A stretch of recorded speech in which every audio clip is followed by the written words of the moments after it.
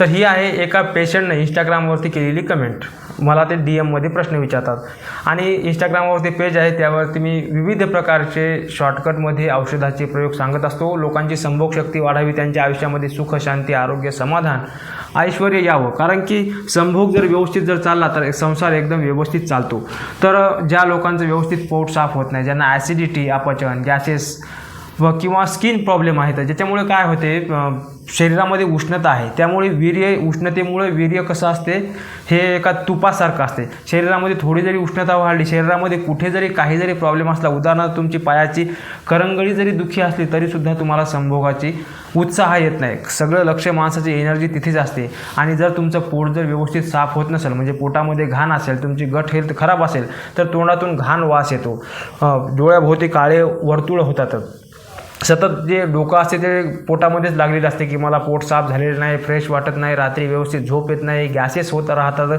असे विविध प्रकारचे एक नाही हजार प्रॉब्लेम होतात हे पोट खराब असल्यामुळं. केसांच्या समस्या होतात, शरीरामध्ये वात वाढतो, कफ वाढतो, म्हणजे मी तुम्हाला काय सांगू किती प्रॉब्लेम होतात पोट साफ न झाल्यामुळे. हे माझ्यापेक्षा तुम्हाला बेटर माहीत आहे. अनेक प्रॉब्लेम सुरू होतात.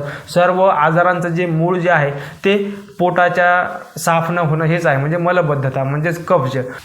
तर त्यासाठी मी तुम्हाला एक तयार औषध सांगत आहे, जे आयुर्वेदामध्ये अत्यंत प्रसिद्ध आहे. कोणत्याही मेडिकलवरती भेटून जाईल. प्रत्येकजण बिना प्रिस्क्रिप्शनचं सुद्धा मेडिकलवरती अवेलेबल आहे. ते तुम्ही घेतलं तरी तुम्हाला चांगले रिझल्ट येतील, तुमची गट हेल्थ सुधारेल, व्यवस्थित सकाळी पोट साफ होईल. आणि अर्थातच त्यासोबत पथ्य पाणी वगैरे पालन करावं लागेल. जास्त मसालेदार खायचं नाही, वेळेवरती जेवण करायचं, 6 ते 8 तासाची झोप घ्यायची आणि या औषधाचा सुद्धा त्यासोबत प्रयोग करायचा. जास्त फायबरयुक्त आहार घ्यायचा. अशा विविध प्रकारचे नियम आहेत जे की बेसिक खूप काही अवघड नसतात सकाळी. तर हे आहे कुमारी असो. अनेक लोक विचारतात की सर हे कुठं भेटेल, कसं भेटते. अनेक लोकांचे प्रश्न राहतात. म्हणजे छोटी गोष्ट असते की कुठं भेटेल, कोणत्याही आयुर्वेदिक मेडिकलवरती भेटून जाईल.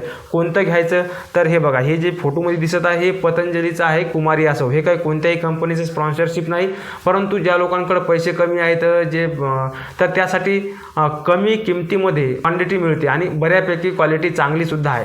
तर 450 मिली भेटून जाते, एक 100, 150, 200 रुपयाच्या आसपास. कसं घ्यायचं, जेवण झाल्यानंतर 1 कप पाण्यासोबत, किंवा म्हणजे काय आहे, औषध 20 मिली औषध घ्यायचं, त्याच्यामुळे त्याच्या दुप्पट पाणी टाकायचं. जेवणानंतर 1 कप पाण्यासोबत जर घेतलं तर व्यवस्थित प्रकारे पोट चांगलं राहते, कसल्याही प्रकारचे साईड इफेक्ट होत नाहीत.